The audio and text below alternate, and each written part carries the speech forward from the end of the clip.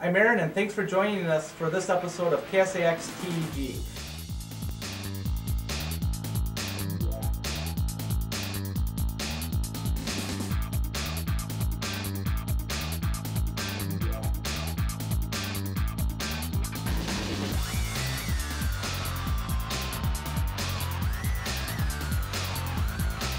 I've got Ken with me, and we're going to be reviewing Marvel vs. Capcom 3 by Capcom.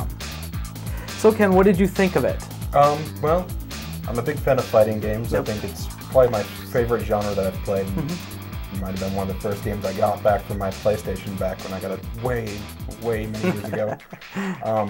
But I liked it as a fighting game, but I'm not sure I wanted to spend as much as I did on the collector's edition for it. There wasn't, I mean, the stickers for the Xbox I got were cool, and the comic book was nice, and the case is really pretty to look at. Yep. But the game feels like it's lacking something. Like, the fighting system is there. Granted, I probably mashed the buttons more than anything. Yep. But there isn't really like a storyline. No, I agree. There's kind of a storyline where you go through the arcade mode and fight everybody like you do in every game. Yep. And then you beat Galactus at the end of it, and it gives a mini snippet of a story for whoever is the last person to land a punch on him.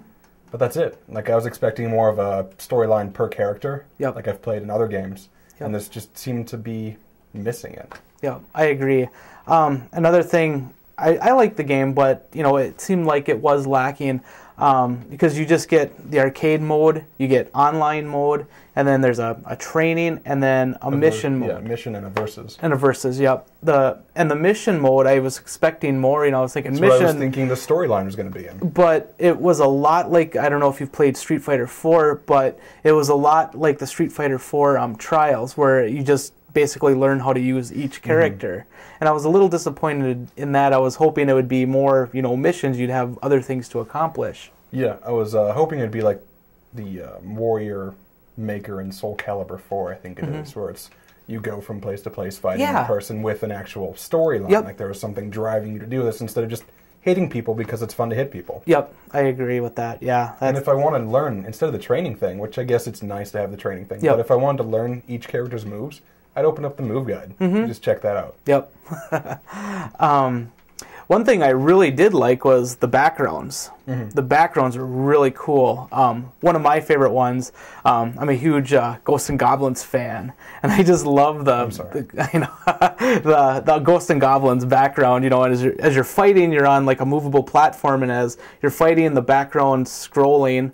And you see all basically the first level of the first Ghosts and Goblins, and that was pretty cool. And then at the end, Satan's there breathing fire, and I thought that was pretty cool. And there's a lot of detail to the backgrounds. Oh yeah, and it seems like I'm not sure about Marvel vs. Capcom 2. I don't remember it very well, but it seems like there's a huge upgrade in graphics. Oh, I wasn't sure if I'd like this cell shaded version more or less versus the old school 2D versions. Yep. It really turned out well, but I kind of missed the 2D version. Yeah. It's just what I grew up with. It's kind of what I was hoping for. Sure, yeah. But I like it, and the music is great, and the characters look really cool. Yeah. Going back to the Ghosts and Goblins, you can be Arthur, and it's kind of funny because when you first start out a fight, there's a little like video, or each character has his own unique way of starting the fight, and Arthur's suit of armor is laying there, and he runs up in his underwear and jumps in it. Like when you're playing the game, whenever you get hit, he loses armor, and he runs around in his underwear until he finds his armor again. I thought that was kind of a goofy little touch. Something really cool with this one is they've got the gauge down here, and if you fill it up enough, I don't remember at which point, but if you have all three of your characters still alive, and you hold down the...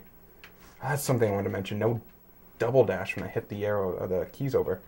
If you hold down the 4 bump back buttons or something long enough, it does like a super combo, and it brings out all 3 of them. Oh, really? And it looks really cool. The one thing I was kind of disappointed in was the lack of, characters. I mean, how many characters are there? I can't remember off the top of my head. I'm not sure. I want to say there's probably like 15 of each, maybe. Yeah, 15 of each. And I know that Marvel vs. Capcom, there was more characters. And I would like to see, more characters.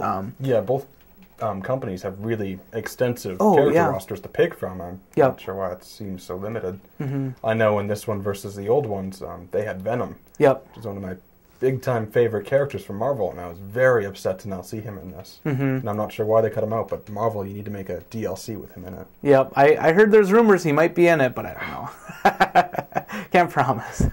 Overall, I give this game a 3 out of 5. I mean, the graphics are amazing. I really like the characters. But however, there is a lack of characters. I would have liked to have seen more. Maybe there will be more downloadable characters in the future. I know. Just a couple of days ago, they released a costume pack. Oh yes. On the Xbox Live and the PlayStation Network. So I can see in the future probably more characters and more costumes to download too. And maybe that they probably do have that in in the works. Yeah.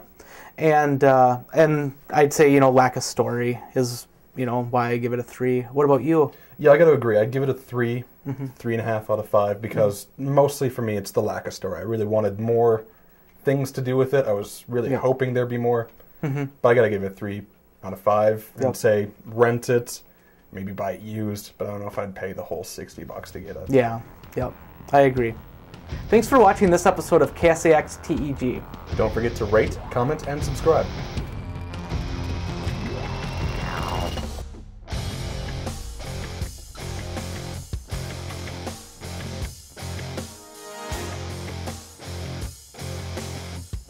The views of this video are not necessarily the views of Hubbard Broadcasting or its affiliate stations. I don't usually use chick fighters because they're weaker. Yep. Take that, women. Maybe when you can throw a punch, I'll pick you.